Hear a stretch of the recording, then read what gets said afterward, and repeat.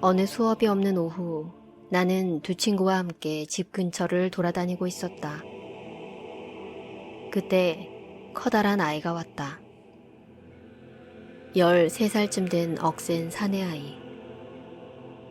공립학교 학생으로 재단사의 아들이었다.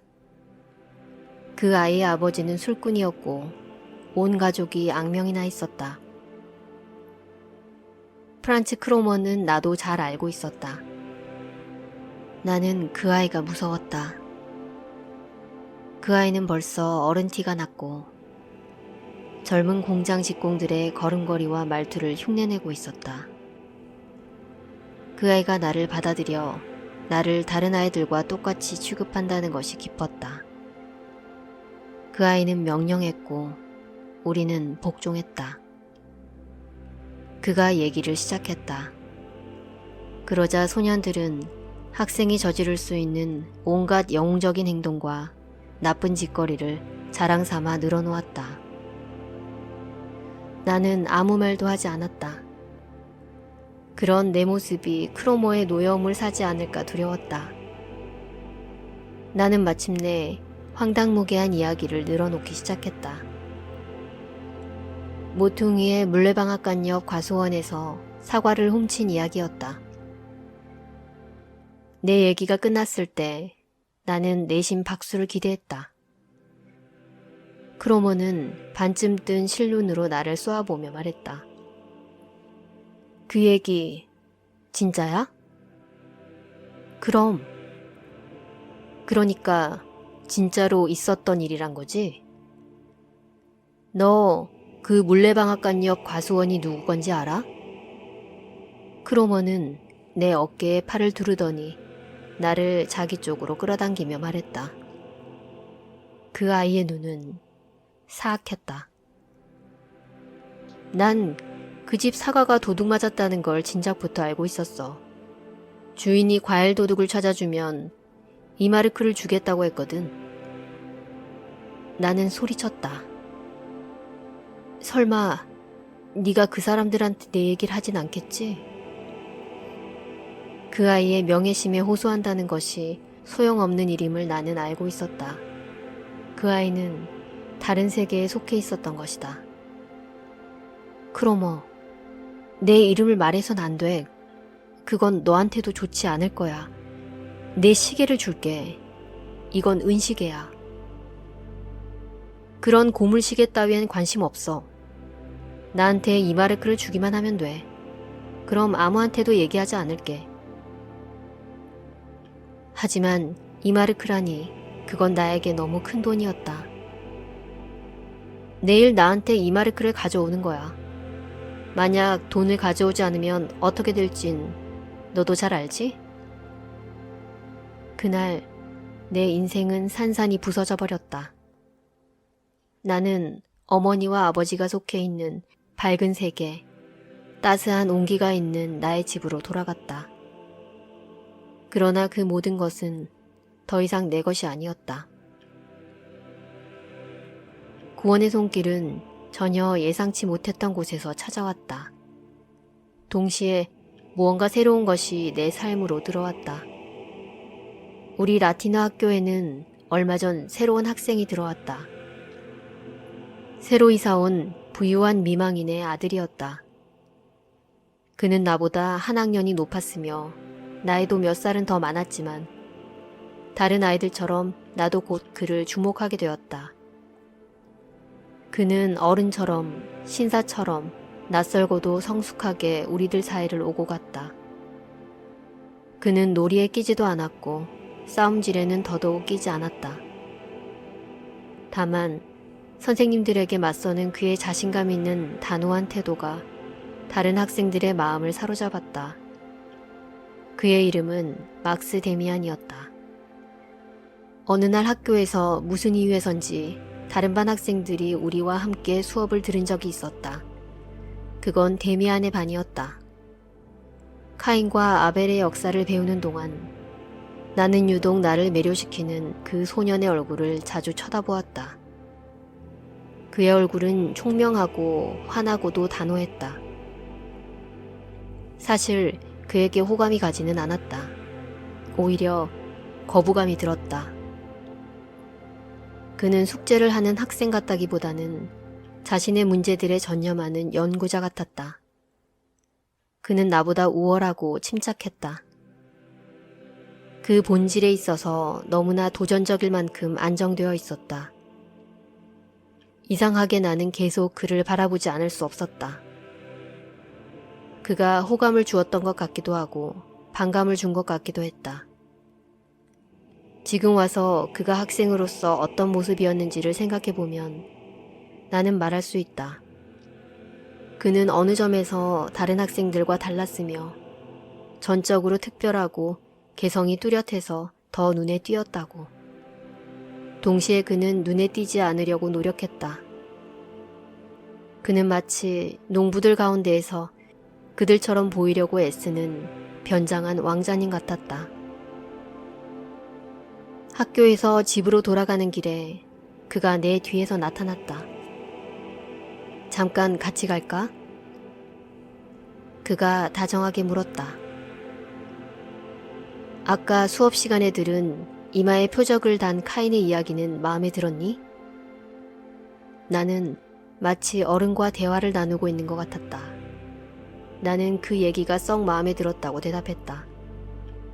나한테 그럴듯하게 꾸며들 필요는 없어. 다만 카인에 관한 이야기는 전혀 다르게 이해할 수도 있어. 우리가 배우는 대부분의 것들은 분명 완전히 진실이고 올바른 것이지만 전혀 다르게도 볼 수 있지. 어떤 사람이 싸우다가 자기 형제를 죽이는 일은 분명 일어날 수 있어. 그리고 그 사람이 나중에는 덜컥 겁이 나서 굴복하게 된다는 것도 말이야. 하지만 그의 비겁함에 훈장을 줘서 표창했는데 그 훈장이 그를 보호하고 다른 사람들에게 겁을 준다니. 그건 좀 이상하지 않니? 하지만 그 이야기를 어떻게 다르게 해석한다는 거지? 내가 흥미있게 말했다. 아주 간단해. 어떤 사람이 있었는데 그는 얼굴에 다른 사람들을 겁나게 하는 무언가가 있었어. 그건 표적이야. 사람들은 감히 그를 건드리지 못했어. 그가 그들을 압도했던 거야. 그와 그의 자손들이. 그건 편지에 찍히는 소인처럼 진짜 이마에 찍힌 표적 같은 건 아니었을 거야. 그건 오히려 그의 시선에 담긴 비범한 정신과 담력이었을 거야. 그 남자에겐 힘이 있었고 사람들은 그를 두려워했어. 그는 표적 하나를 가지고 있었던 거지. 사람들은 카인의 자손이 두려웠어. 그들은 표적을 갖고 있었거든. 그러니까 사람들은 그 표적을 원래의 모습인 우월함에 대한 표상으로 설명하지 않고 반대로 말했던 거야. 그 표적을 가진 녀석들은 무시무시하다고. 물론 그들이 실제로 그렇기도 했을 거야. 용기와 나름의 개성이 있는 사람들은 다른 사람들에게 언제나 두려움을 주거든. 겁없고 무시무시한 족속 하나가 돌아다닌다는 것은 몹시 불편한 일이었지. 그래서 그들에게 별명과 우화를 만든 거야. 그러니까 카인은 전혀 나쁜 사람이 아니었다는 거야? 그렇기도 하고 아니기도 해. 카인은 늠름한 젊은이였는데 그저 사람들이 그를 무서워했기 때문에 그런 이야기를 만들어 놓은 거지. 하지만 카인과 그 자손들이 일종의 표적을 지녔고 대부분의 사람들과 달랐다는 점은 완전한 사실이야. 나는 몹시 놀랐다. 그럼 동생을 죽인 일도 사실이 아니라고 생각하는 거야? 동생을 죽인 건 물론 사실이야. 강한 사람이 약자 하나를 죽인 거지. 그게 정말 자기 형제였는지는 알 수 없지만 중요한 건 그 일로 다른 약한 사람들이 잔뜩 겁을 먹었다는 거야. 그런데 왜 사람들은 그를 죽이지 않는 거죠? 라고 묻는다면 우리가 겁쟁이기 때문이라고 말하진 않고 그럴 순 없어요. 그는 표적을 지녔거든요. 그건 신이 그에게 그려주신 겁니다. 라고 말하는 거지. 대략 그런 식으로 그 이야기는 전해졌을 거야. 그가 떠나고 나자 나는 몹시 혼란스러웠다.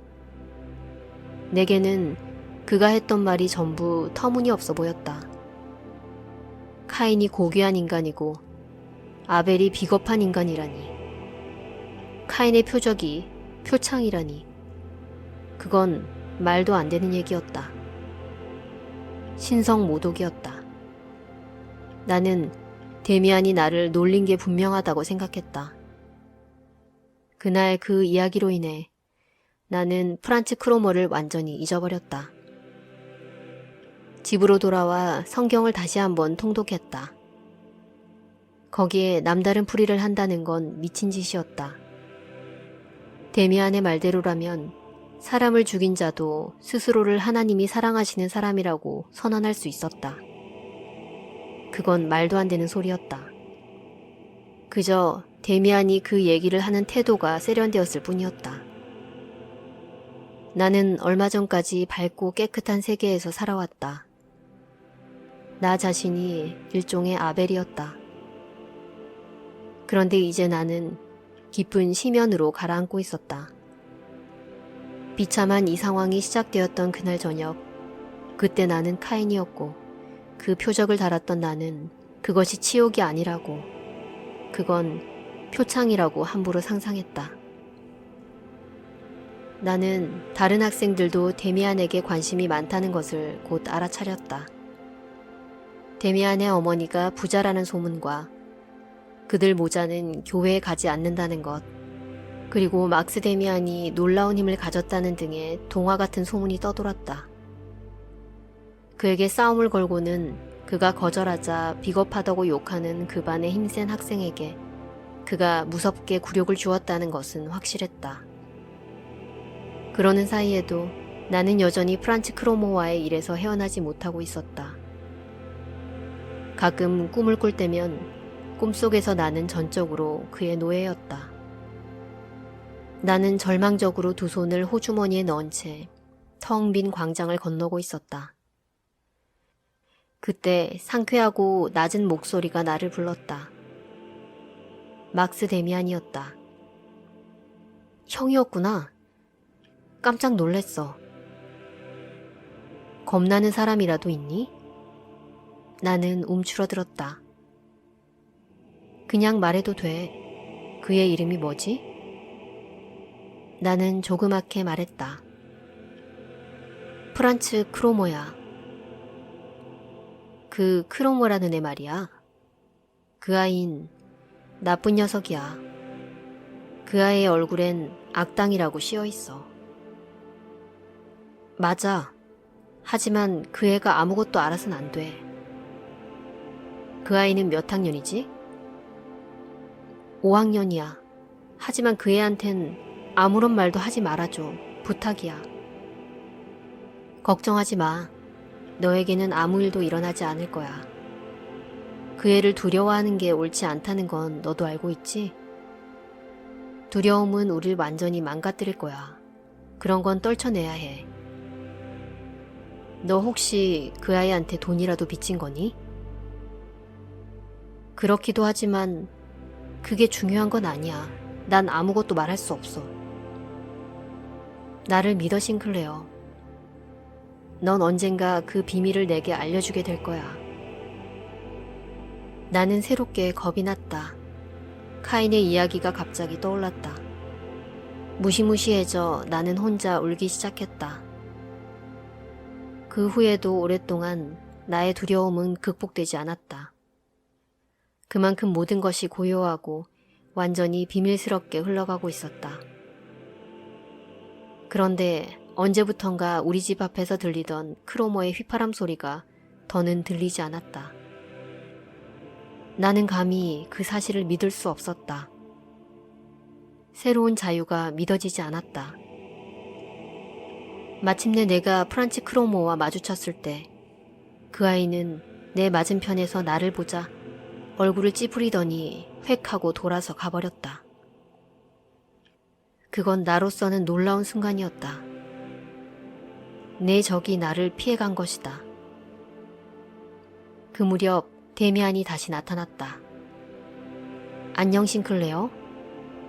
크로머가 이제는 너를 건드리지 않지? 형이 뭐라도 한 거야? 아니, 만약 그 애가 다시 나타난다면 데미안을 기억하라고만 전해줘. 나는 어떻게 한 건지 그에게 캐묻고 싶었지만 그는 금세 떠나버렸다. 나는 그에 대해 전에 느꼈던 감사와 수줍음, 찬탄과 두려움, 헌신과 내면의 거부가 기이하게 뒤섞인 답답한 느낌으로 그 자리에 서 있었다.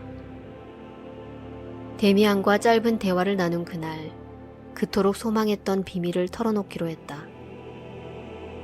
부모님에게 그간의 잘못을 시인하고 나는 벅찬 감정으로 다시 밝은 세계로 받아들여진 탕하의 귀향의식을 성대하게 치렀다. 모든 것이 놀랍도록 순조롭게 풀렸다. 나는 크로머라는 악마의 소나기에서 풀려났다. 그러나 그건 내 자신의 힘으로 풀려난 게 아니었다. 나는 크로머에 대한 예속을 새로운 의존으로 대치해야만 했다. 그렇게 나는 눈먼 마음으로 아버지 어머니의 의존, 그것이 유일한 것이 아님을 이미 알아버린 밝은 세상으로의 의존을 택했던 것이다. 반년쯤 뒤 나는 저항할 수 없는 유혹으로 아버지께 여쭈었다. 어떤 이들은 카인이 아벨보다 더 훌륭하다고 설명하는데 그에 대해 어떻게 생각하시느냐고. 아버지는 몹시 놀라며 그건 새로울 게 없는 견해라고 설명하셨다. 심지어 기독교 이전 시대에도 등장했으며 사이비 종파들에서 전수되었는데 그 하나는 스스로를 카인교도라고 불렀다고 한다. 하지만 이 미친 학설은 우리의 신앙을 깨뜨리려는 악마의 시험에 불과하다고. 왜냐하면 카인이 옳고 아벨이 틀렸다면 그 결과는 신이 오류를 범했다는 것이다. 그러니까 성서의 신이 올바른 신, 유일신이 아니라 틀린 신이라는 것이다. 정말로 카인 교도들은 비슷한 것을 가르치고 설교하기도 했다. 그렇지만 이 이교짓거리는 오래전에 인류로부터 사라졌다. 그래서 나는 학교 친구가 그것에 대해 무언가를 들을 수 있었다는 사실이 놀라울 뿐이라는 것이었다. 아무튼 그런 생각은 버려야 한다고 아버지께서는 진지하게 경고하셨다. 그날 밤 나는 데미안과 문장에 관한 꿈을 꾸었다. 그가 나에게 억지로 문장을 먹이는 꿈이었다. 죽음의 두려움에 가득 차 나는 깜짝 놀라 잠에서 깼다. 아직도 한밤중이었다. 방 안으론 비가 들이치고 있었다. 나는 창문을 닫으려고 일어났다. 그러다 문득 바닥에 떨어진 환한 것을 밟았다. 그건 내가 그린 그림이었다. 이튿날 나는 새로운 종이에 꿈에서 본 문장에 그려진 새의 그림을 그렸다. 나는 이름도 쓰지 않고 내 친구의 예전 주소를 적어서 그 그림을 붙였다. 내가 그린 꿈속의 새는 내 친구를 향해 날아가고 있었다. 그로부터 얼마 뒤 놀랍게도 나에게 답장이 왔다. 다음 수업이 시작되기 전 쪽지 하나가 내 책에 꽂혀 있었던 것이다. 새는 알에서 나오려고 투쟁한다. 알은 곧 세계다. 태어나려는 자는 하나의 세계를 파괴해야 한다. 새는 신을 향해 날아간다. 그 신의 이름은 아프락사스이다. 그건 분명 데미안의 답장이었다. 그때 문득 선생님의 목소리가 들렸다. 그 목소리는 커다랗게 아프락사스라고 말하고 있었다. 우리는 저 종파의 세계관과 고대의 신비주의적인 합의를 합리적인 관찰의 입장에서 보듯 그렇게 단순하게 상상해서는 안 됩니다. 오늘날 우리가 말하는 의미의 학문이란 고대에는 존재하지도 않았습니다. 그 대신 아주 고도로 발달되었던 철학적 신비주의적 진실들을 다루는 연구가 있었습니다. 거기서 부분적으로는 아마도 자주 사기와 범죄로도 이어지는 주술과 게임도 나왔습니다. 주술에도 고귀한 유래와 깊은 사상이 있는 것입니다. 앞서 예로 들었던 아프락사스 학설도 그렇습니다. 오늘날도 사람들은 이 이름을 그리스의 주문과 연관지어 일컫고 있습니다. 오늘날도 미개 민족들이 믿고 있는 마술 부리는 악마의 이름쯤으로 생각하는 것입니다. 그러나 아프락사스는 훨씬 더 깊은 의미를 지니는 것 같습니다. 우리는 그 이름을 신적인 것과 악마적인 것을 결합시키는 상징적 과제를 지닌 어떤 신성의 이름으로 생각할 수 있겠습니다. 그 조그만 학식 많은 분은 섬세하고도 열정적으로 설명해 나갔다. 신적인 것과 악마적인 것을 결합한다는 말의 여운이 귀에서 떠나지 않았다. 데미안은 이렇게 말했었다. 우리는 아마도 우리가 존경하는 신 하나를 가지고 있겠지만 그는 함부로 갈라놓은 세계의 절반만 나타낸다고.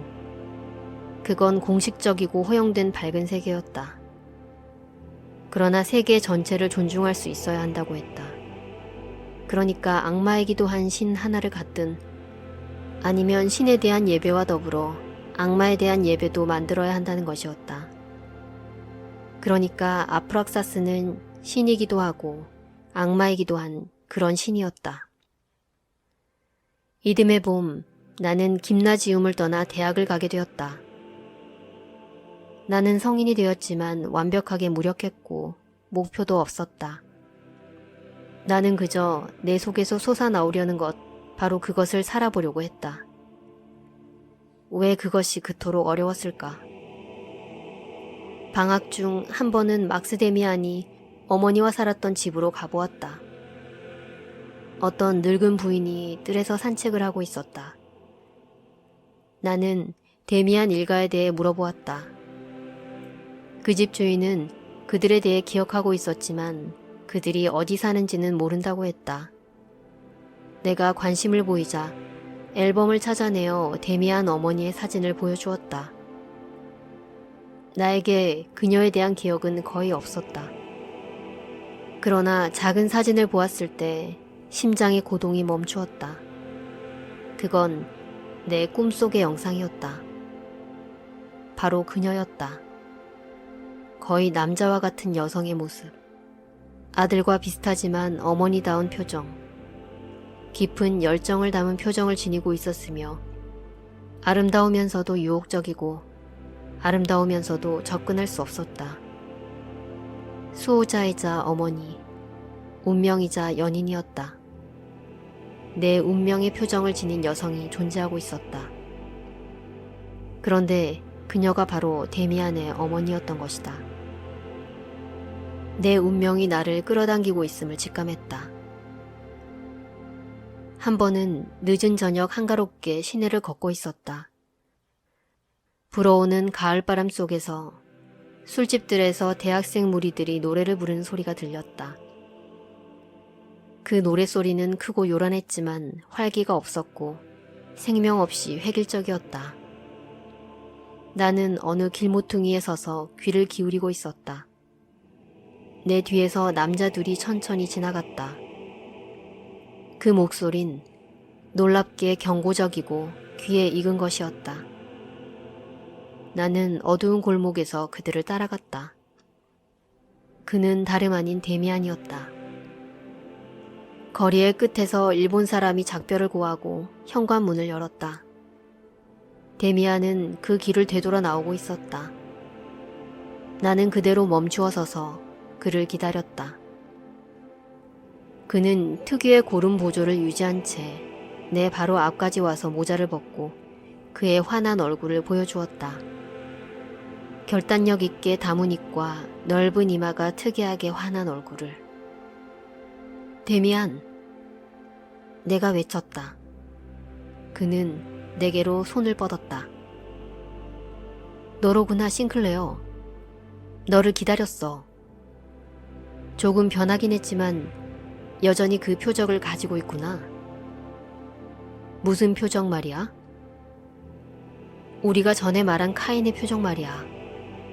그건 우리들의 표적이지. 넌 그걸 언제나 가지고 있었어. 그래서 내가 너의 친구가 되었던 거야.